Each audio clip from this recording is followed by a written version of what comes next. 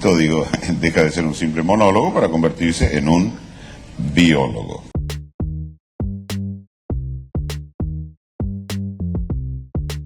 Hola, ¿qué tal? Bienvenidos a Biólogo, como cada semana, su podcast para conversar y debatir sobre algunos de los sucesos más importantes de los últimos días.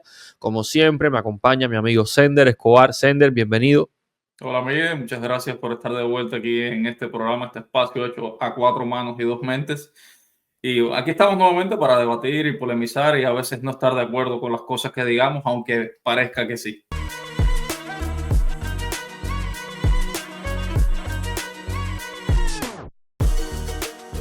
Hoy tenemos un programa, esperemos que no sea muy largo. Tenemos muchos temas polémicos que prometo no alterarme. Y el primero con el que no me voy a alterar hoy es un tema de Cuba. Como ya saben, arrancamos siempre hablando de nuestro país. Y es que esta semana, creo que fue ayer precisamente, a través de la Gaceta Oficial, el gobierno cubano anunció el lanzamiento de una criptomoneda. Sender, dime el nombre de la criptomoneda. Bueno, Miguel, para ser más específico, quisiera hacerte una leve corrección. En este caso, que autorizó la operación de la empresa lituana, que no es letona, lituana, Madre mía. Evioro UAB, para la operación de criptoactivos y, bueno, y servicios en línea en general relacionados con este volátil mundo de los criptoactivos, las criptomonedas en general, que como ya sabemos ha dado mucho de qué hablar respecto a otros temas que ya tocamos aquí. Pero bueno, para mí la idea que me da que es nuevamente un bote salvavidas lanzado al océano para el régimen cubano. Como ya sabemos, estos tiempos están llenos de sanciones alrededor del mundo con la nueva administración de Trump, que ha prometido cortarle las alas y todo, cualquier medio de financiamiento al régimen cubano. Y esto también me llama la atención porque deja en entredicho, ¿sabes?, la famosa justificación del embargo, que ya vemos que no es tal en este sentido, porque si una empresa extranjera es autorizada por el régimen cubano a operar con activos cubanos, entonces te das cuenta que existen ciertas limitantes para el régimen cubano y que el embargo no es ese ser, no es ese ojo de Sauron, como lo han presentado muchas veces para que obstaculice el desarrollo económico en Cuba, que como ya sabemos, el principal obstáculo para esto es el propio régimen, con su política de restricciones al emprendimiento cubano. Y ya vemos entonces cómo se ha decantado esta vez por una empresa lituana para quién sabe de qué manera. O sea, no quisiera caer en la especulación Cae. sobre si va a funcionar como, no sé, lo veo como otro medio, ¿sabes?, o bien de lavar dinero, ponerlo a centrifugarlo, hacer un proceso completo de lavadora en un laundry financiero, y vamos a ver cómo se desarrolla las actividades con esta empresa lituana de nombre complicado, Evioro UAB. Las lavanderías castristas. Óyeme, mira, te trabaste con una palabra. Hace unos días yo me trabé también un programa en vivo en la radio. Me trabé con la palabra, si no me trabo ahora, desincentivo. Nunca más la digo en público. Entonces, volviendo a esto, lo acabo de hacer. Volviendo a esto, mira, a mí lo primero que me viene a la mente es el contexto internacional en el que esto ocurre. Acabamos de ver, de hecho, hablaremos sobre eso más adelante. Acabamos de ver a un gobierno latinoamericano implicado en un escándalo de estafa. Me adelanto la noticia. Esta semana también el presidente argentino, Javier Milei, fue imputado. En fin, va a ser investigado por delitos. Son 3 delitos específicamente. Tienen que ver con corrupción, abuso de esa estafa, abuso de su cargo público, asociado a la criptoestafa de la libra. Y esto, por supuesto, no puedo evitar hacer el paralelismo en un momento donde un presidente latinoamericano, una región que se caracteriza por su sólida y robusta corrupción institucional, solo superada por los países africanos, en ese contexto, el gobierno cubano, que es el rey de los corruptos, y eso no es una especulación, no es una suposición, el diseño institucional cubano es esencialmente corrupto porque permite el uso arbitrario de los recursos públicos sin ningún tipo de control ni verificación ciudadana. Es decir, permite todo el tiempo algo que en España se conoce como administración desleal. Cuba es administración desleal por principio. Entonces, un gobierno esencialmente corrupto va a lanzar una criptomoneda en un contexto donde está el antecedente, donde ya vimos que una criptomoneda, un criptoactivo, veré sobre eso, al servicio o dentro de un estado, promocionada por las autoridades de un estado, como es este caso. También no sacaron un tweet, pero sí la Gaceta Oficial lo anuncia y ya vendrá la promoción, lo verás.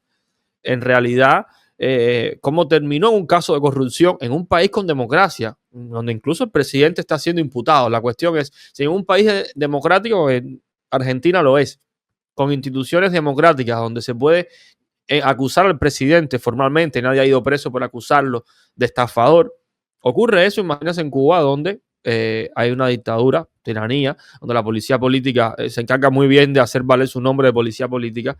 Es decir, en otras palabras, si esto deriva en una estafa, el cubano está totalmente desprotegido. Y tienes todas las papeletas para derivar en una estafa por una sencilla razón. No va a haber implicaciones para el régimen cubano si estafa a los cubanos a través de esta empresa. O sea, tiene todos los incentivos para estafar porque no tiene daño, no va a sufrir nada si realiza esta estafa. Después, cuando pase, es más, no voy a decir si pasa, voy a decir cuando pase. Cuando pase, sacará todo el ejército de clarias, de oficialistas a defender la revolución como siempre, y la represión abundará y todo va a ser una campaña orquestada por el imperialismo de los Estados Unidos. Es más, parece que fui al futuro y viré y lo vi. Es una realidad.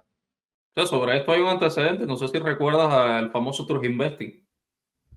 Sí, el Trujinvento, sí.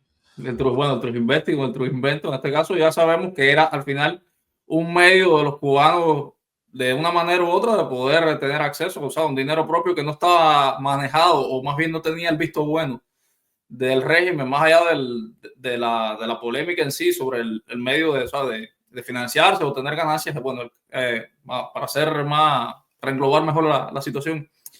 Ya tenían esta experiencia previa sobre cómo se manejaba este mercado, que aparentemente ellos no tenían un conocimiento claro sobre ello. Pasó un tiempo prudencial luego de los arrestos y como todo lo que ya sabemos, y ahora experimentan, vamos a llamarlo así, experimentan en el campo entonces de los criptoactivos y por supuesto que esto, si en el caso de que salga mal, el imperio, la CIA, bueno, no vamos a echarle la culpa a USAID porque ahora está congelada. Sí, pero por supuesto va a ser una campaña de odio diseñada para sabotear esta nueva manera, ¿sabes? De salir adelante, de corregir las distorsiones de la economía cubana y quién sabe esta parte de dar permiso a una empresa extranjera de manejar los criptoactivos en Cuba y este tipo de servicios forme parte de todo esto, de esta nueva estrategia de salir a flote.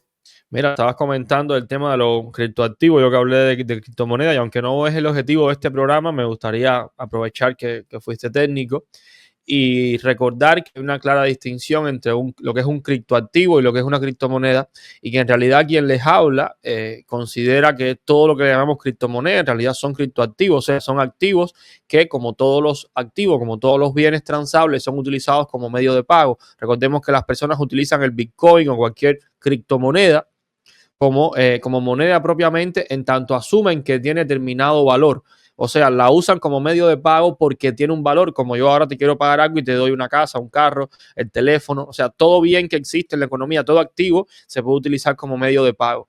Es una diferencia entre eso y ser propiamente una moneda. La gente utiliza el dólar, el peso cubano, bueno, se no lo utiliza mucho, pero se entiende, se utilizan las monedas como medio de pago, más allá de que haya personas que utilicen la diferencia cambiaria como un mecanismo de enriquecimiento, o sea, obtención de ganancias. Esta distinción puede ser muy técnica, seguro en otro programa, a raíz de los comentarios lo abordamos, pero muy importante, no son monedas, son activos con funciones dinerarias, o sea, utilizados como medio de pago, dado el valor asociado a la especulación, más allá del supuesto respaldo, que es un tema complicado y que no viene acá. Ahora, siguiendo con esto de la estafa, bueno, la posible estafa que estamos aquí vaticinando, realmente hay dos escenarios posibles. Uno es que no ocurra la estafa porque los cubanos no se dejen estafar, que creo que es realmente lo que puede pasar.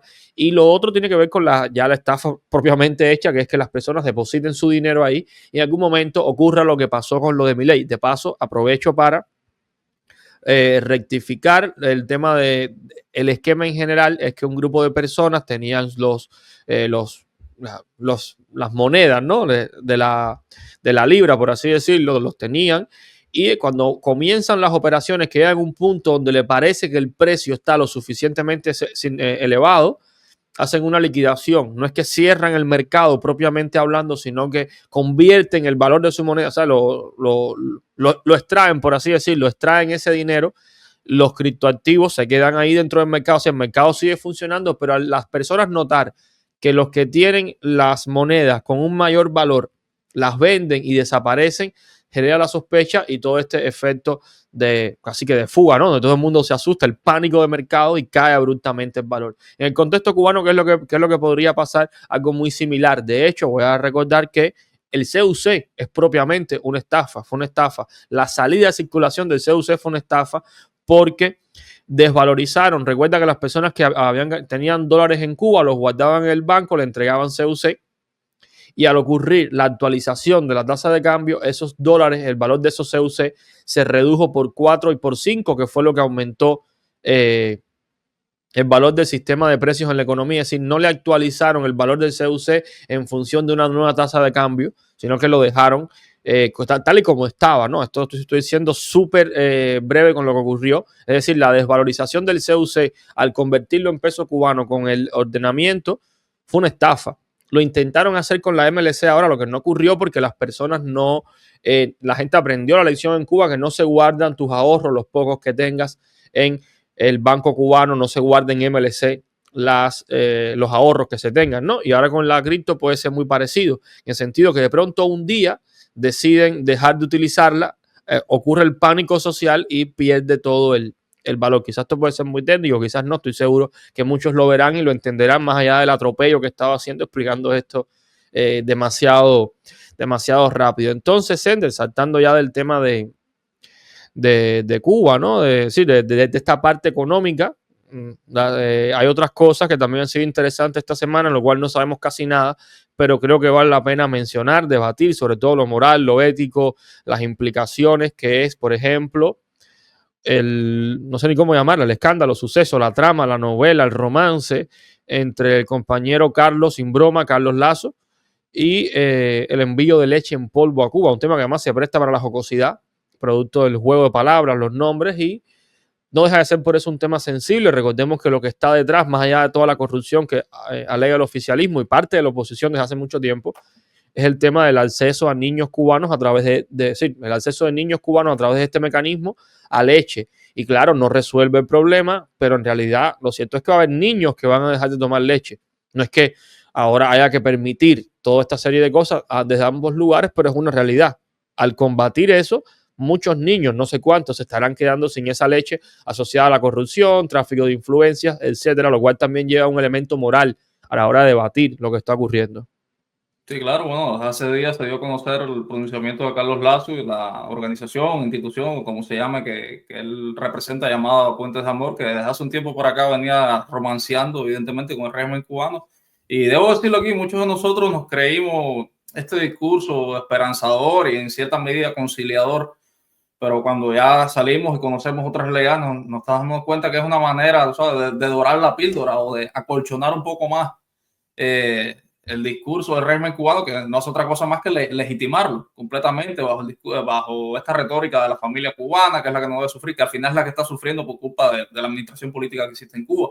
Y en este caso, Carlos Lazo y Lazo, perdón la cacofonía, parece que Carlos Lazo en alguna instancia dejó de serles útil, no sé por qué motivo, hasta ahí desconozco la profundidad de esta razón, y según ha comentado, desde diciembre pasado parece que estaban haciendo una especie de campaña de recortarles poco a poco el activismo que había mantenido durante varios años ya, viajando constantemente a Cuba, y parece que esta fue la gota que colmó el vaso, un vaso de agua o de leche en polvo, no lo sé, perdónenme la broma, pero hay que mencionarlo porque ha sido muy risible todo lo que ha sucedido en torno a esto.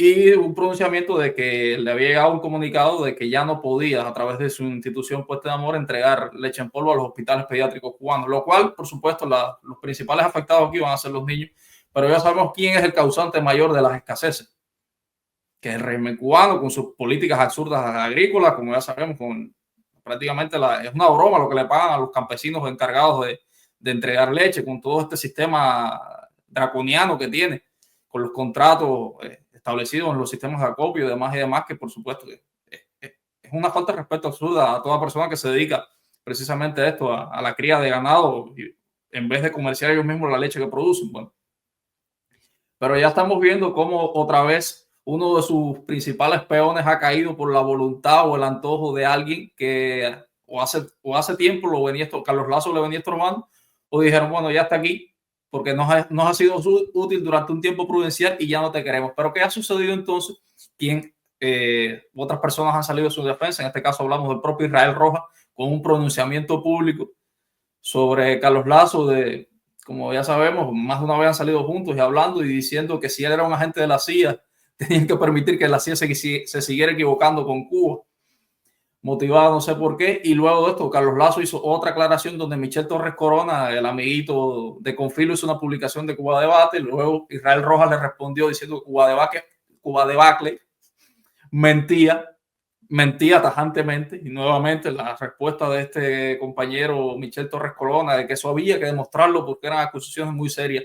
Entonces estamos viendo dentro del colectivo defensor y apologista del régimen cubano, como están viendo pugnas, ya sea por intereses personales o no sé, por cualquier tipo de agresiones, no diría más bien verbales, sino a la moral de lo que ellos están representando. Y ahora no sabría decir si Carlos Lazo ha quedado en entredicho, porque el MINSAP hizo Cuba Debate, nuevamente hizo un reportaje del MINSAP donde siempre habían aceptado y agradecían todo el activismo hecho por Carlos Lazo durante todo este tiempo, con estas donaciones traídas por la institución Puentes de Amor. Y ahora vemos cómo ha habido un revuelo, tanto personas como la apoyan, como otros que por supuesto nunca le entró por el ojo derecho esta institución que maneja Carlos Lazo, y están echándole bastante leña al horno sobre esta cuestión.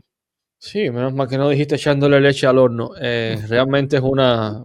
No, es una organización sin fines de lucro lo que tiene Lazo. Aquí hay varias aristas. Yo voy a arrancar con la primera que estábamos hablando, que era el tema de lo humanitario. Te decía que está el tema de la ayuda. O sea, ya aquí yo veo como dos grandes líneas, ¿no? Una es la lectura de qué pasa con la ayuda, y la otra es la lectura de qué pasa con lo político. En cuanto a la ayuda, yo creo que hay primero lo básico, ¿no? Evidentemente los temas estos de ayuda son un negocio. Cuando digo un negocio, no lo digo desde el imaginario cubano, donde todavía cubanos que están fuera de Cuba usan la palabra negocio como si fuera un peyorativo. Que algo sea un negocio no es malo. Lo que es malo puede ser los términos, las violaciones éticas, pero ojalá muchas cosas pudieran ser un negocio que esté bien pensado, que se gane a ambos lados, porque todo el que hace algo tiene que ganar algo en un sentido de tener algún tipo de beneficio, no beneficio contable, sino beneficio algo. Entonces, hacer un proceso como este lleva recursos, eso es una realidad. Ninguna persona en Estados Unidos saca vacaciones cada X cantidad de tiempo para irse en un avión a Cuba a entregar leche. Eso posiblemente, eso es un trabajo, porque no puedes dejar de trabajar para dedicarte a eso. Ese tipo de actividades en muchos escenarios se convierten en actividades profesionales, o sea, se paga, es normal. Las organizaciones sin fines de lucro necesitan personal, gente trabajando y que obtenga algún tipo de remuneración. Eso es lo que debería, lo usual, ¿no? Entonces lo otro es que si la cuestión era que si Carlos Lazo es corrupto, que es básicamente el argumento casi off the record del oficialismo, pues que busquen otra persona, y no veo ningún tipo de señal de que quieran estar buscando otra persona o varias personas, que es el otro punto. Si realmente lo que buscan es ayuda a través de donaciones, pues que lo hagan de manera abierta. Porque Carlos Lazo, es decir, ellos condicionan, digo ellos, el aparato gubernamental, la inteligencia, condiciona a quienes pueden ayudar. Que recordar otros momentos donde se le han negado su ayuda, es decir, la entrada de ayuda a Cuba, porque son personas como le llaman, desafectos al régimen, que en realidad son personas que se oponen, porque lo normal sería oponerse en un contexto como está Cuba, ¿no? Es decir, no les interesa tanto la ayuda cuando cierran la puerta, no dejan la posibilidad de que otro, al menos hasta ahora, de que otro sustituya, y además no abren la puerta masivamente. Yo estoy seguro que si fuera abierto enviar ayudas a Cuba, incluso opositores de lo que se puede entender como línea dura también estarían enviando ayuda, y ellos escogen quiénes pueden personas con un discurso servil. Yo creo que en estos tiempos decir que en Cuba hay burocracia, que hay problemas con esto, no es una crítica al sistema. O sea, la verdadera crítica al sistema es cuando crítica no, lo que eso no le hace daño al sistema. El mismo te puedes encontrar al mismo Michel Torres Corona, porque además, ¿quién va a negar que en Cuba hay apagones? ¿Quién va a negar que en Cuba hay burocracia, que en Cuba hay corrupción? O sea, eso no es lo que debilita el sistema. Más bien lo fortalece el hecho de que todo eso comience a ser un discurso vacío y etéreo. Lo que lo debilita es cuando uno se intenta organizar para luchar contra él, para derrocarlo, aunque no lo podamos hacer hasta ahora, pero eso es lo que es preocupante, no que uno se le diga los problemas. En ese sentido, Lazo es bastante servil al sistema. Y lo último es la lectura del proceso político. Yo creo que esto es lo normal de siempre. Alguien molesta, lo quitan, no es que lo que estemos viviendo sea una revolución porque dentro del aparato, porque Israel Rojas discuta con Torres Corona. Lo mismo es siempre, entre ellos, así que entre chivas se entienden, o sea, entre oficialistas se entienden, ahí no va a correr la sangre, ahí no va a pasar nada, entre ellos que están bien posicionados, que es, por ejemplo, Israel Rojas, que lleva 20 años navegando en esas aguas, es lo natural, lo normal, esto no significa nada, desechan a uno, quizás buscan a otro, entre ellos dicen 4 cositas, también el paripé funciona de cara a la opinión pública, porque después, dentro de 2 meses, dentro de 15 días, las mismas clarias utilizan ese debate entre Torres Corona e Israel Rojas como evidencia de que entre ellos sí existe discrepancia y esa serie de cuestiones banales, porque la discrepancia es cuestión puramente de forma. Si Carlos Lazo es honesto, no, honestamente, da igual si es honesto o no. Sigue habiendo un problema de abastecimiento de leche para niños enfermos en Cuba y ellos ya terminaron de hacer su negocio con Lazo, cerraron el contrato arbitrariamente y el problema sigue estando ahí. Ni va a entrar más ayuda hasta ahora, ni resuelven la crisis económica. Sí, como ya sabemos, aquí el principal afectado, por supuesto, va a ser de primera instancia el pueblo cubano, producto a lo que ya conocemos, ¿entiendes? A esta gente manejar a su antojo la economía, los procesos de relaciones comerciales en este caso, porque ¿qué pudiera impedir que ahora un campesino de su propia voluntad abasteciera un hospital de leche? Y aquí las dos organizaciones, en este caso el campesino y el hospital, van a ser los principales beneficiados, pero como todo transita a través de un esquema burocrático espantoso, ya sabemos, cada día la película La muerte de un burócrata de Titón es una realidad prolongada en Cuba, como ya conocemos. Entonces, esto simplemente es la novela ahora, el melodrama que está ocurriendo en estos instantes en Cuba. Por supuesto, ha sido tema de memes, de burla. El otro día hoy mismo por la mañana vi The Game of Milk, ya sabemos, haciendo alusión a Juego de Tronos. Como ya sabemos, porque obviamente son unos personajes que han estado en medio de la polémica y a partir de todas estas opiniones lanzadas al aire, al ruedo y a las redes sociales, han sido pasto de memes por las personas que nunca estuvieron convencidos de estos discursos conciliadores con el régimen cubano, por tratarse primero de ellos, que en cierta medida en un tiempo, no hace mucho tiempo atrás, se tomaban como, no diría agentes de cambio, sino como personas críticas al sistema político cubano, pero de buenas a primeras se viraron para hablar justamente se pasaron con fichas y nos dimos cuenta que todo era una mascarada.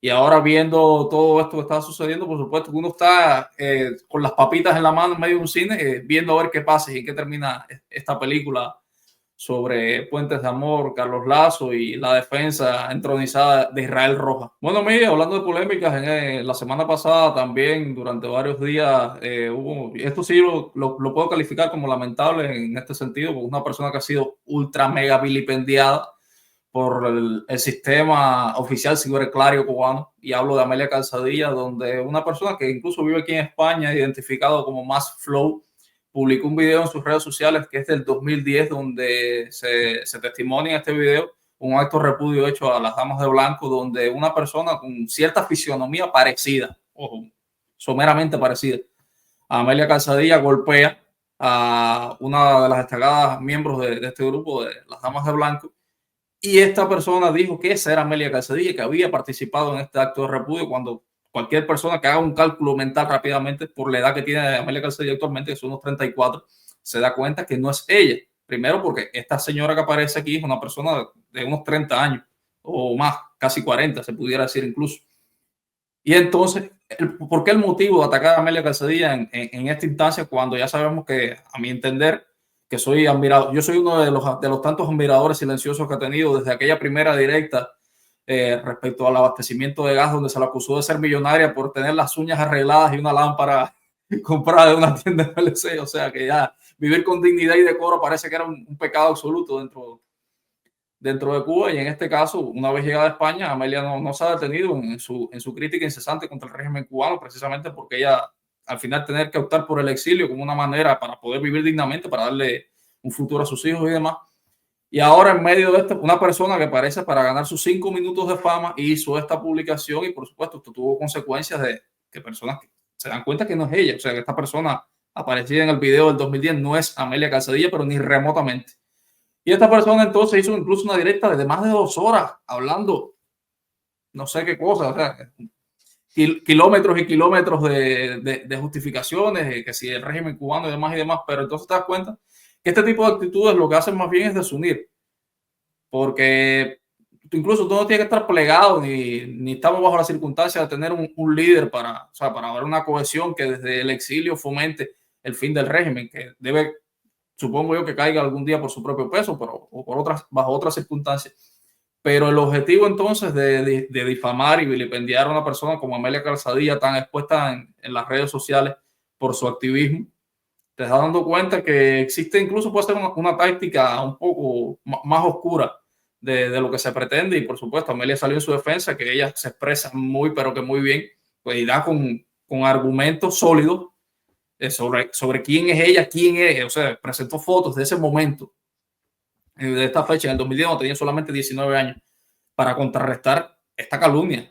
Sobre todo, primero, por 2 cosas. Es un acto de repudio totalmente condenable, y segundo, es una persona que le hace una agresión física a otra. Ya te das cuenta la dimensión de lo que implica la acusación de esta persona identificada como Maflow, supuesto productor y artista musical, y entre otras cosas que la verdad desconozco, y bueno, incluso exploré su perfil y la verdad que no, ya desde un punto de vista personal creo que me hace rechazarlo bastante por su manera de expresarse, que es totalmente, incluso vulgar, roza la vulgaridad, verdaderamente. Bueno, siendo bastante sincero, yo no vi el video, o sea, no vi la publicación del compañero cederista este que comenta, de Más Flow, ¿no? Más Flow, sí, Más Flow. flow. Wow. No Wow, lo vi. Pedro. Wow, Pedro. No lo vi. Lo que sí vi fue muchas personas de lo que yo llamo los anticomunistas, que son realmente un grupo de perfiles. Algunos son anónimos, una parte significativa son anónimos, los otros son personas, de mi punto de vista, bastante raras, que se dedican básicamente a hablar de las personas.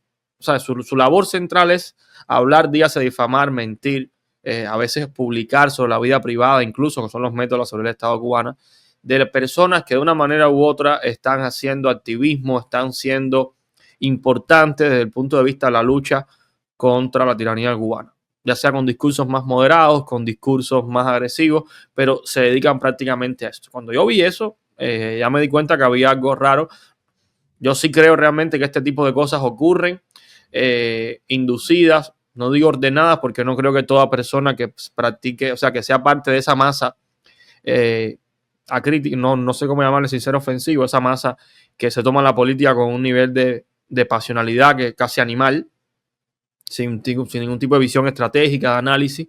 No creo que todo el que participe de eso sea un oficial o un agente de la seguridad, pero sí creo que la seguridad del Estado cubano, esto no es tanta conspiración, tiene los métodos para realizar o influir de modo que la oposición se centre en cosas estúpidas, por así decirlo. Voy a recordar siempre la Rea Avispa, que su función era, además de, como se dice en Cuba, chivatear, era crear discordia en el seno de grupos opositores aquí en Miami que eran peligrosos para el régimen. No tiene que ser que tú seas peligroso realmente, basta con que seas peligroso para ellos. Puede ser peligroso para ellos, por ejemplo, una persona que se reúne con altos funcionarios de la Comunidad Europea y además una persona o varias personas que hacen esto y que además tienen la capacidad, ya sea el dominio de los idiomas para comunicarse o el conocimiento y la forma. Hay que recordar que en la política, en la diplomacia, hay cuestiones de forma que son importantes. Casualmente, la seguridad del Estado se centra en ese tipo de personas también, pura casualidad. Y entonces a los opositores se dedican a atacar a ese tipo de personas que puede llevar un discurso serio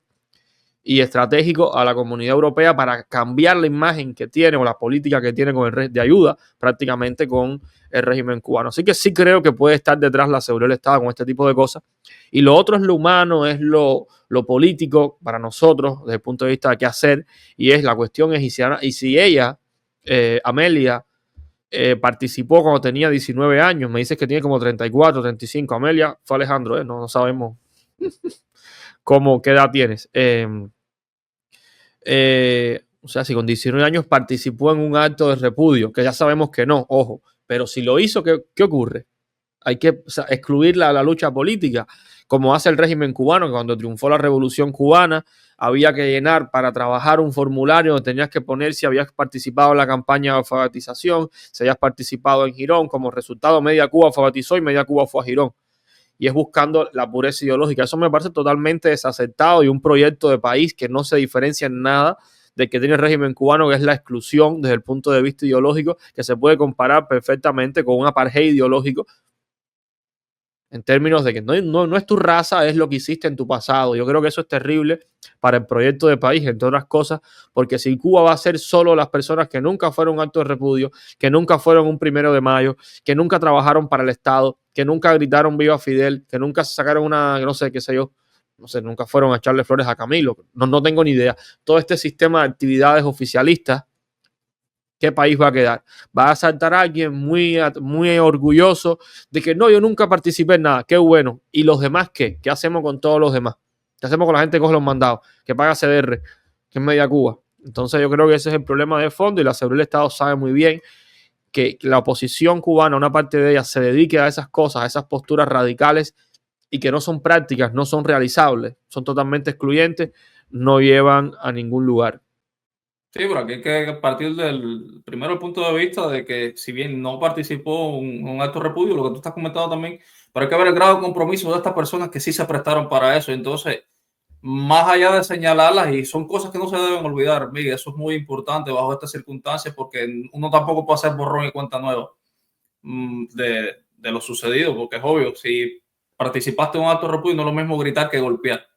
Entonces, claro, ahí lo que quiero analizar es la contundencia del hecho en sí, porque nuestros padres, muchos de ellos tal vez, que cursaron la universidad en los años 80, seguro tuvieron que hacer las marchas revolucionarias aquellas contra Pipo fuera, bajo la gusanera, porque mi padre me contó que ellos estaban en la universidad y los sacaban del aula, simplemente para estar ahí de pie en la calle. O sea, y eso no implica que haya dado golpe, como él fue testigo de un muchacho que lo metieron dentro de un barril de petróleo. Te das cuenta que una cosa es ser testigo y formar parte de eso explícitamente a la hora de golpear, de gritar, y otra cosa es estar ahí presente. Entonces hay que también pasar filtros a estas cuestiones para el día de mañana, porque no poco no es perdonar y no olvidar, sino quienes de verdad que estuvieron comprometidos seriamente, en este caso como hechos violentos como este, que se ve que es una agresión física. Ese tipo de personas, no diría de manera penal, pero sí deben expiar esas culpas, porque son cosas que pesan y son heridas dentro del alma de la nación cubana, que ha pagado por tantos años con exilios y muerte. Y entonces que esta persona se presta para eso, motivado, ya te repito, no sé por qué, tal vez ambicionando unos 5 minutos de fama que no ha tenido en su extraordinaria carrera musical, pues todo aparenta que no la ha tenido. Increpa a personas, como tú estás comentando, muy bien preparadas, porque recordemos que Amelia Calzadilla es licenciada en lenguas extranjeras, se expresa muy bien, y casualmente días antes había tenido un encuentro con el agregado de negocios de la Embajada de los Estados Unidos. O sea, ya estaba prácticamente la mesa servida para utilizarla como centros de ataque, y ya vemos como cada cierto tiempo estas maniobras de difamación se activan. Son los gatillazos que supongo que lance la inteligencia cubana alrededor del mundo. Y bueno, hace unos días también el periodista Jorge Luis Tan Estrada, que se encuentra en Guyana, contó que sufrió de acoso. Bajándose de un ómnibus, alguien se le acercó y le dijo literalmente: no hables más mierda porque ya sabemos quién eres, etcétera, etcétera, etcétera. O sea que nos damos cuenta que los tentáculos del régimen cubano se extienden hacia cualquier lugar, y por supuesto ataca puntos muy sensibles de las personas que vivieron en Cuba y que se encuentran fuera del país. Exactamente. Pues Sender, llegó el gran momento del día y vamos a pasar a la sección, iba a decir sesión, a la sección de temas culturales y artísticos. Así que allá vamos.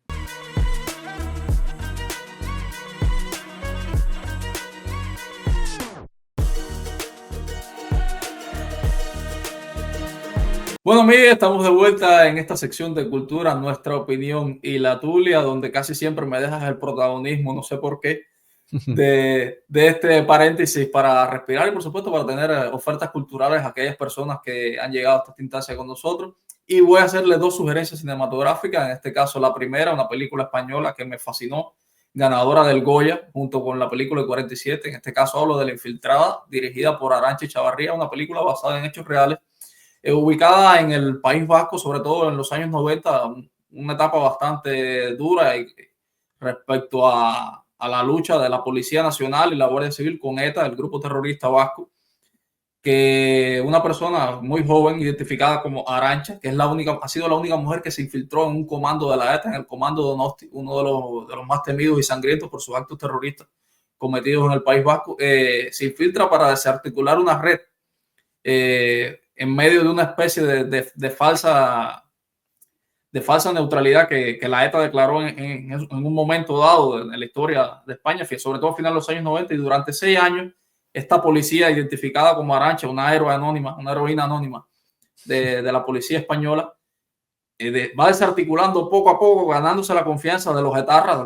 Por supuesto, hablamos de una organización que tenía una estructura muy difícil de acceder, o sea, que se manejaba en códigos, que operaba en Francia y en España, sobre todo en España declararon la independencia del País Vasco, que como sabemos los nacionalismos exacerbados siempre son negocios, pero hablamos entonces de una institución criminal que contaba para ese momento cientos de fallecidos, secuestros, ajusticiamientos políticos, y el accionar de Arantxa creo que significó un antes y un después en la historia de España.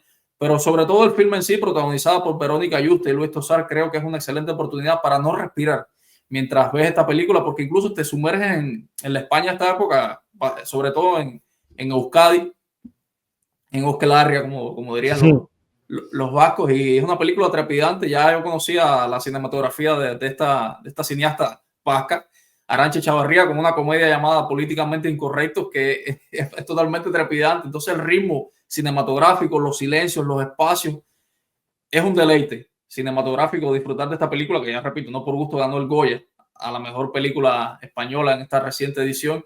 Y creo que todas aquellas personas que quieran conocer un poco más sobre la historia de España, en este caso sobre la lucha contra el terrorismo dentro del País Vasco contra la ETA, va a ser una oportunidad de lujo. Y paso entonces para la siguiente película, protagonizada por Adrien Brody, El Brutalista. Es una película fascinante. Creo que lo que se concibe como cine en sí en estos últimos tiempos, donde ha habido, vamos allá, cuestionamientos sobre si en la actualidad se está haciendo buen cine o no, creo que El Brutalista, para ser preciso en la traducción, El Brutalista creo que ha sido un ensayo cinematográfico magistral, dirigida por un actor y director, Brady Corbett, protagonizada, como ya te comenté, por Adrien Brody, quien hace unos años ganó el premio Oscar por la película El Pianista, no sé si la recuerdas, de Roman Polanski. Y en este caso, Adrien Brody creo que para mí debe ser el ganador de este año, porque interpreta a un arquitecto llamado Laszlo Toth, pero es la manera de interpretarlo, incluso el acento. Habla en húngaro, habla en italiano, habla en inglés. Qué fascinante, y sobre todo lo va estableciendo por etapas, de que es un arquitecto judío que sobrevive al Holocausto y llega a los Estados Unidos en busca del sueño americano, en busca de la superación, y por el transcurso de varios años va desde la indigencia total hasta la cúspide. Y lo más llamativo es que te lo va presentando como un biopic. O sea, yo apenas terminé de la película, fui rápidamente a buscar quién era Laszlo Toth y me di cuenta que eso es una falsa biografía, porque te aprovecha circunstancias de corrientes arquitectónicas reales, como fue El Brutalista, con construcciones que en realidad existieron, pero te das cuenta que es la manera concebida de la banda sonora, el vestuario, la música, los automóviles. Creo que, o sea, es cine, es puramente cine de lo que hablamos aquí, por supuesto, acompañado con otra actriz como Felicity Jones, quien interpretó a la esposa de Stephen Hawking en La Teoría del Todo, esta otra película donde Eddie Redmayne ganó el Oscar. Y creo que es una película fascinante desde la concepción, porque te la presenta desde el punto de vista arquitectónico, de la arquitectura. O sea, esta exploración cinematográfica a una época a través de las construcciones, de cómo te lo presentan. Incluso hay un viaje a Italia que es fascinante, a la conocida región de Carrara. Bueno, prácticamente todas las estatuas conocidas en el mundo provienen aquí de las canteras de esta ciudad italiana. Y creo que va haciendo un ejercicio estético fascinante en las diferentes etapas que va mostrando la película, de los años de creatividad de este falso arquitecto graduado de la Bauhaus alemana, como ya sabemos, Laszlo Toth. Entonces, hago la invitación para todas aquellas personas que vean estas dos películas, las busquen por donde puedan y como puedan. En este caso me refiero a La Infiltrada y El Brutalista. Después me la subes en nuestra carpeta de trabajo. Procura. Muy buena, me quedé. Realmente la segunda me interesa mucho. Me quedé emocionado con la segunda, así que procura enviármela hoy a nuestra carpeta de trabajo. Entonces, Sender, muy bueno de verdad. Me quedo con muchas ganas. Pasamos a la siguiente sección.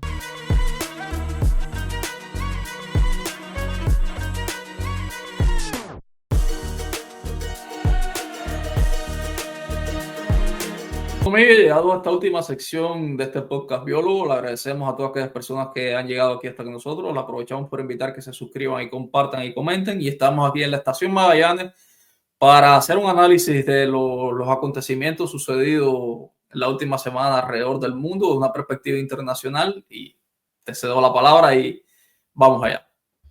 Pues bueno, esta semana en el mundo ha sido más de la semana anterior, realmente. Si tuviéramos que describirla, hay una continuidad, obviamente. O sea, lo que vamos a hablar hoy, lo que ha pasado más importante es eso, ¿no? Un seguimiento. Estamos viviendo un ciclo, no, una etapa en el mundo, creo que es muy clara, que tiene que ver sobre todo con el ascenso político de ideologías o de personas que se pueden agrupar entre lo que se entiende como extrema derecha, aunque yo diría con ideologías totalitarias. Eso creo que no es una conspiración, es algo que se nota. Personas que, o sea, ideologías que lo peligroso es que atentan contra la democracia y carecen de empatía. Cuando digo ideología, no sé si llamarle propiamente ideología, puedo llamarle posiciones, de posiciones extremas, radicales, carentes de empatía. Eso me preocupa.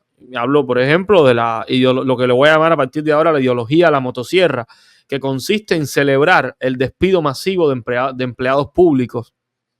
Es decir, consiste en hacer un grupo de recortes. Hay países, me imagino, por ejemplo Cuba, donde existe una población superflua, por así decirlo, desde el punto de vista laboral. Y evidentemente los estados tienen que ser eficientes no, eficaces. O sea, hay que ahorrar, mejor, hay que tener cierta eficiencia también en el gasto público. Lo reconozco, aunque hemos hablado en este programa la diferencia entre eficiencia y eficacia en materia de gasto público, y cómo el gasto público en última instancia debe ser eficaz, o sea, debe ser efectivo, debe cumplir una función más que ser rentable desde el punto de vista económico. Y es cierto que también hace falta eficiencia en el gasto público, pero no es un motivo de celebración lanzar al despido cientos de miles en algunos casos de personas al desempleo, o sea, la precariedad, dígase, a la pobreza, y ni siquiera diseñar un plan de salida, porque es despedir para salgan al mercado y luchen como puedan. Es decir, ahí hay una cuestión de empatía, ¿no? Es como ser el verdugo de alguien. Quizás la pena de muerte puede existir, pero nadie quiere ser el que le corte la cabeza, bueno, que le dispare, no sé, que toque el botón de la silla eléctrica, en dependencia del método. Y vemos que hay un ascenso de un grupo de personas de la ideología de la motosierra que disfrutan, están celebrando el ahorro de dinero para ¿qué harán? ¿No? Lo devolverán, algunos dicen que sí. Pero ¿a qué precio social? No, y es algo que a veces se pierde y que quienes no están familiarizados con la ciencia desconocen realmente que en las ciencias sociales el verdadero reto es resolver un problema sin crear un problema mayor. El verdadero reto es reducir la inflación sin lanzar al desempleo a cientos de miles. Lanzas al desempleo a cientos de miles y resuelves la inflación, es real. Pero el alto costo social, y eso en ciencia política, en ciencia económica, el costo social de una política es una variable para limitar. Digo toda esta introducción porque se nota que estoy hablando, evidentemente, de la ideología de motosierra promovida por el presidente Milei y por el señor Elon Musk, que no fue electo por nadie, pero está ocupando un cargo en Estados Unidos capaz de descuartizar el aparato administrativo. Estados Unidos, que tiene problemas, por supuesto, como todos. Entonces, las noticias de esta semana, ya entrando en materia, que traemos, Sender, están relacionadas con esto. La primera tiene que ver con el cambiazo, ¿no? El giro de 180 grados que dio la política exterior de los Estados Unidos, encabezada por Donald Trump, donde ocurrió un encuentro, una reunión diplomática entre el senador, ahora secretario de Estado, Marco Rubio, y el lobo viejo de la política soviética, ahora rusa, Sergei Lavrov, el canciller de Putin, un canciller que, no sé, llevará 40 años en cuestiones diplomáticas, ya venía siendo diplomático de la Unión Soviética, Será un tipo con mucho kilometraje político y parte de los acuerdos llevaban la eliminación de las sanciones de Estados Unidos a Rusia y el trabajo en materia y la cooperación de ambas naciones en materia de exploración, búsqueda de recursos, sobre todo por allá arriba, digo por allá arriba porque es allá arriba por el Ártico, lo que dejó Ucrania en una situación desprotegida en cuanto a el acceso de Rusia a recursos económicos implica un mayor financiamiento de su invasión, no guerra en Ucrania. Si alguna vez digo guerra a Ucrania, rectifícame que quieras, invasión rusa-Ucrania. Y por lo otro también el presidente Trump tuvo una actitud, digamos, lamentable con el presidente de Ucrania, Zelensky, al cual lo ha tratado como si Ucrania fuera un país de segunda. Le ha puesto condiciones y términos de negociación bastante deshonrosos para la nación, aunque también, por el otro lado, Marco Rubio ha comentado que Zelensky abandonó la reunión. Esto hay que decirlo, es importante no informar sesgadamente. Toda la versión completa incluye a Marco Rubio planteando que el presidente Zelensky abandonó la negociación y prácticamente fue grosero con el equipo de los Estados Unidos con el que estaba teniendo la reunión. Bueno, en este caso hay que analizar la perspectiva de quién resulta el más afectado en esta cuestión, que hablamos de Ucrania, en este caso representada por Volodymyr Zelensky, quien aquí, valga la OA, ha resistido heroicamente. Hablamos de un comediante convertido en presidente y de la noche a la mañana hay que resistir una invasión de una gran potencia militar como es Rusia, en este caso. Y creo que las condiciones leoninas que ha sugerido el presidente de los Estados Unidos de entregar el 50% de las tierras raras y los yacimientos a cambio de todo el dinero entregado por los Estados Unidos en la administración pasada, creo que eso es algo que no se negocia, al menos de esa manera así de lanzada al aire, por supuesto. Yo entiendo que deben haber procesos diplomáticos en cumplirse, en este caso una reunión para concertar cómo ocurriría el fin de la invasión rusa a Ucrania, y creo que, por supuesto, Ucrania debe estar presente porque va a resultar el mayor afectado en este caso. Como ya recordemos, Rusia ha ocupado gran parte de su territorio. Instituciones civiles se han visto afectadas, hospitales, ciudades enteras. O sea, ya es un conflicto que ha llevado miles de muertos, y creo que la manera un poco despectiva del presidente de los Estados Unidos de referirse a Zelensky como dictador ya da mucho que hablar respecto a esto, porque estamos hablando, entonces, tratas de dictador a Zelensky, quien es el que está resistiendo una invasión. Sin embargo, al presidente de Rusia, quien ya lleva más de 20 años siendo presidente, manejándose de distintas maneras a su antojo la política rusa, lo tildas prácticamente como amigo. Y sobre esto quiero hacer un paréntesis y recordar que hace unos días el The Wall Street Journal, que ya sabemos que es un medio apegado más al sector republicano que al demócrata, y que en cierta medida creo que está alineado con la política de la administración de Donald Trump, hizo un recordatorio de por qué era peligroso acercarse a Vladimir Putin, y entonces enlistó una serie de sucesos ocurridos, muy de ellos sangrientos y condenables, que ha llevado adelante el presidente ruso Vladimir Putin desde su invasión a Ucrania. Aparte de eso, de la aniquilación de enemigos políticos en el extranjero. El último de ellos, se me cayó algo por aquí, y el más conocido, Navalny, como ya sabemos, envenenado, luego encarcelado y muerto en misteriosas circunstancias en las cárceles, en una cárcel rusa. Lo cual, entonces, por supuesto, uno debe, más allá de las pasiones personales en este tipo de casos, creo que debe ser muy pragmático en este sentido. Y por supuesto que Zelensky va a resultar el mayor afectado en este caso. Incluso leí un titular que decía Zelensky baja el tono. Y yo creo que, por supuesto, que va a tener que llamar a capítulo, y no creo que en el sentido de las negociaciones que se están llevando adelante, cederlo todo, por supuesto, porque hablamos que tú eres el afectado, el mayor afectado en este conflicto, y depende en cierta medida de la voluntad de otros, quien ha sido tu mayor proveedor de financiamiento para comprar armas, como ya sabemos que ha sido los Estados Unidos, con miles de millones en ayuda.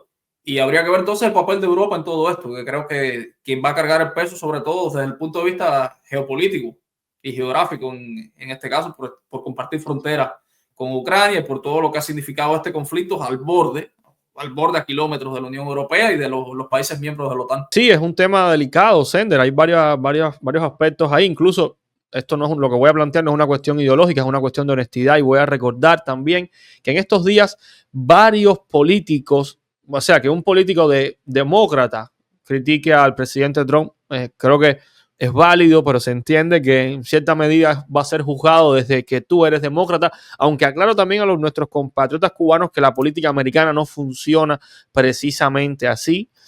Acá el bipartidismo, los acuerdos bipartidistas son una de las bases del avance de este país, o sea, los consensos, pero consensos reales donde se establecen mínimos.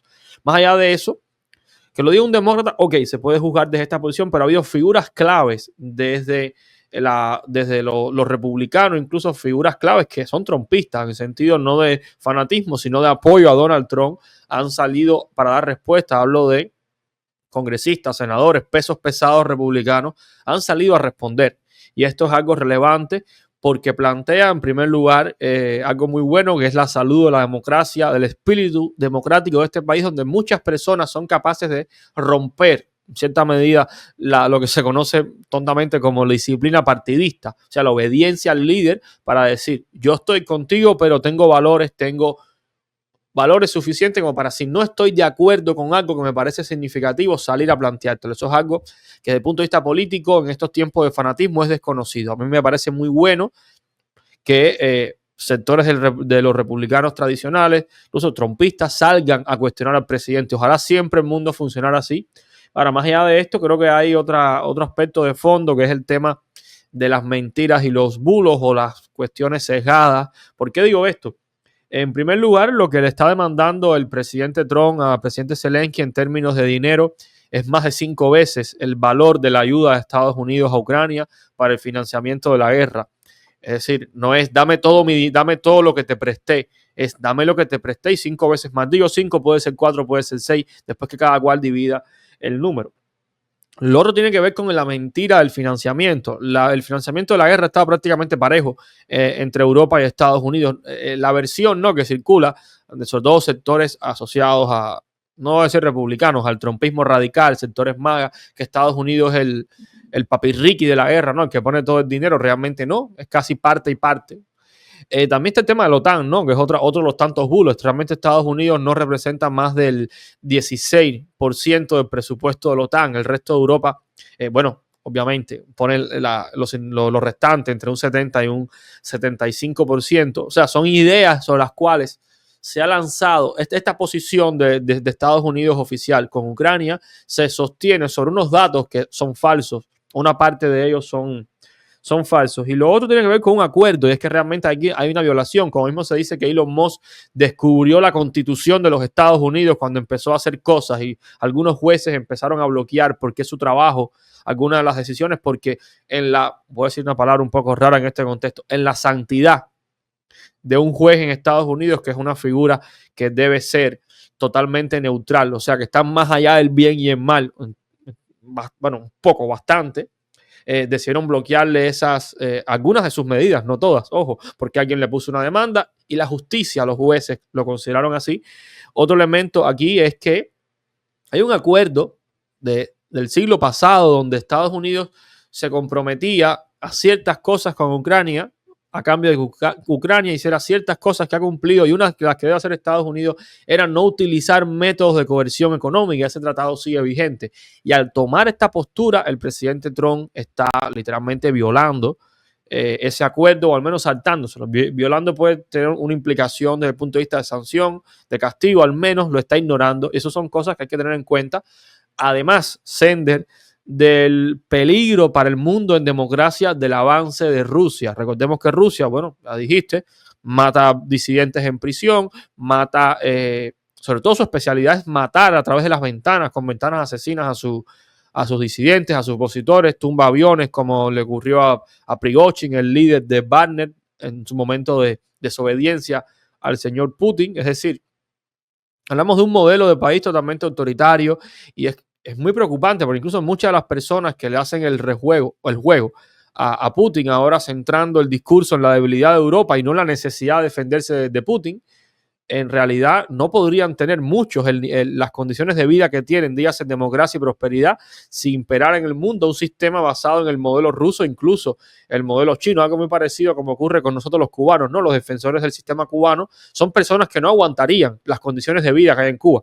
O sea, los grandes defensores del comunismo cubano no vivirían en Cuba como vive un cubano. Lo más probable es que los grandes defensores del lado de acá de Putin, o que de alguna manera le hacen el juego a través de un discurso que se centra en Europa y no en eso que yo comentaba, que es la defensa, pues tampoco aguantarían o podrían vivir con el estado de bienestar. Hay que recordar que el estado de bienestar, esta vida de confort que conoce el primer mundo, en realidad se debe, entre otras cosas, a la democracia. Digo a la democracia porque es la que ha permitido los contrapesos para que se pueda luchar por ciertas condiciones de vida y tener presiones. En totalitarismo, en dictadura, las condiciones de vida van hacia abajo y creo que eso parece claro, incluso en países como China, que podrá tener más de 1 millón de millonarios, y hay que ver también las cifras de pobreza y las cifras, las que no hay, la represión en China. Es decir, hay mucho en peligro aquí porque el modelo que está del lado de allá es peligrosísimo.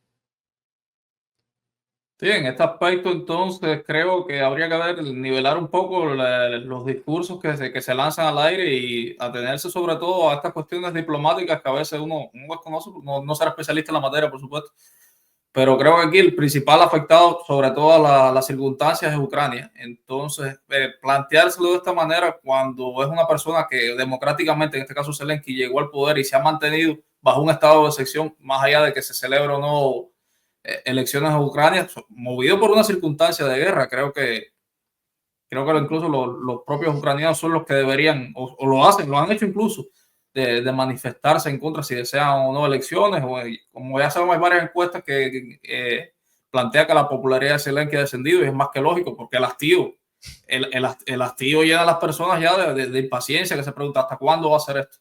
Y habría que ver entonces si lo que se plantea entonces para Rusia es una victoria pírrica, o para Ucrania sería un desastre total llegado el término de este conflicto. Entonces, Miguel, te propongo pasar a un siguiente tema conflictivo y hablamos de la actualización de toda la polémica en torno a, vamos a llamarla la presunta criptoestafa donde estuvo relacionado el presidente argentino Javier Milei.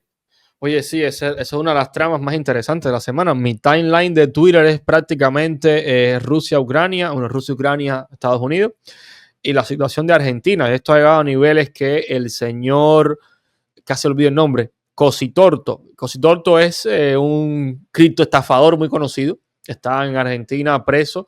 Es decir, fue un caso muy sonado en Argentina y hasta el señor Cositorto de prisión dio una entrevista, algo muy cómico, planteando que sí, que era una estafa lo que había hecho el presidente. Incluso le preguntan que si hubiese sido posible el nivel de movimiento de dinero que ocurrió con la libra, y él plantea que es imposible, que, bueno, prácticamente él dice entre líneas, mira, nosotros nunca pudimos estafar de esa manera. No lo dice con esas palabras, pero el mensaje entre líneas prácticamente es ese. Dice, ni nosotros pudimos estafar tanto. Y él habla de que solo es posible ese nivel de movimiento cuando una figura de renombre mundial, como es el caso del presidente Javier Milei, solo así era posible ese movimiento de dinero. Claro, acá desde el punto de vista económico, yo creo que no hay mucho que discutir. Ese es un caso clásico de estafa.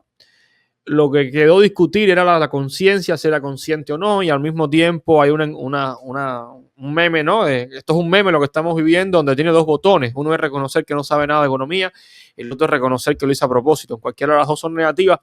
Y hablo negativo desde el punto de vista de la honestidad. Hay muchas personas que están presumiendo de que Javier Milei fue a la cumbre conservadora en los Estados Unidos. No, en el mundo real, delante de las personas que saben de economía, sobre todo los afectados.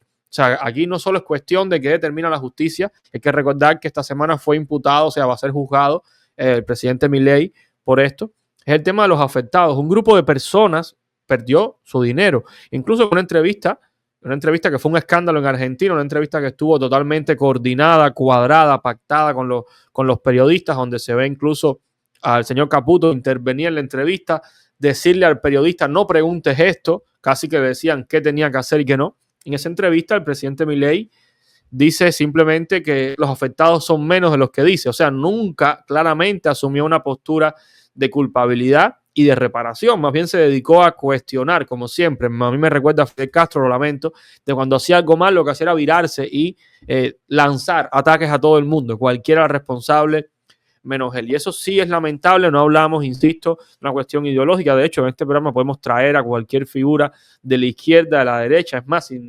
siquiera tener que saber de dónde es y podemos cuestionarla, y es un hecho que ha habido fallas éticas. Es lamentable que un presidente de una nación se vea implicado en un escándalo como ese. De hecho, en Cuba, por cierto, hay que prepararse, no tenemos justicia para un escándalo mencionado al inicio similar. Es decir, nosotros los cubanos que estamos adaptados a que el gobierno y la policía política nos está estafando constantemente, esto debería ser escandaloso ver un presidente implicado en este tipo de cuestiones. Sí, creo que la entrevista en este caso a mí me dejó una muy mala impresión en el sentido de no asumir la responsabilidad sobre lo que había ocurrido, porque te recuerdo, lo comenté en el programa pasado, tú eres el presidente de un país, o sea, tu grado de responsabilidad e influencia es notoria sobre las personas que confían en ti, sobre las personas que te defienden, e impulsado en este caso por, a ver, como él mismo dijo, difundir, ¿no? Difundir. Exacto, o sea, como para bajarle un grado de responsabilidad a lo que hizo. En este caso, dice, por haber difundido este criptoactivo, ya vemos la consecuencia de todo lo que haya pasado. En este caso, quisiera darle un poco el beneficio de la duda al decir que no está relacionado con la estafa en sí. Porque por una lógica creo que suficiente, que tú eres el presidente de un país. Te está hablando, o sea, vamos a dar un beneficio de la duda un poco menor en este caso. No más bien el grado de responsabilidad de haber estafado, sino de lo que iba a suceder. Bueno, ya se sabrá, hay una investigación corriendo en este caso, ya sabemos entonces hasta qué grado de responsabilidad real va a tener sobre la estafa, sobre estas cientos de personas, miles de personas, para ser más exacto, que perdieron su dinero. Pero de la entrevista creo que vi una persona bastante negando la realidad de lo ocurrido, disminuyéndolo en este caso, el número de personas, diciendo que en su mayoría no habían sido argentinos. Bueno, es que haya sido una o hayan sido 25,000. Creo que es un hecho muy lamentable donde él está implicado verdaderamente por haber actuado ya sea o como anzuelo o como cómplice.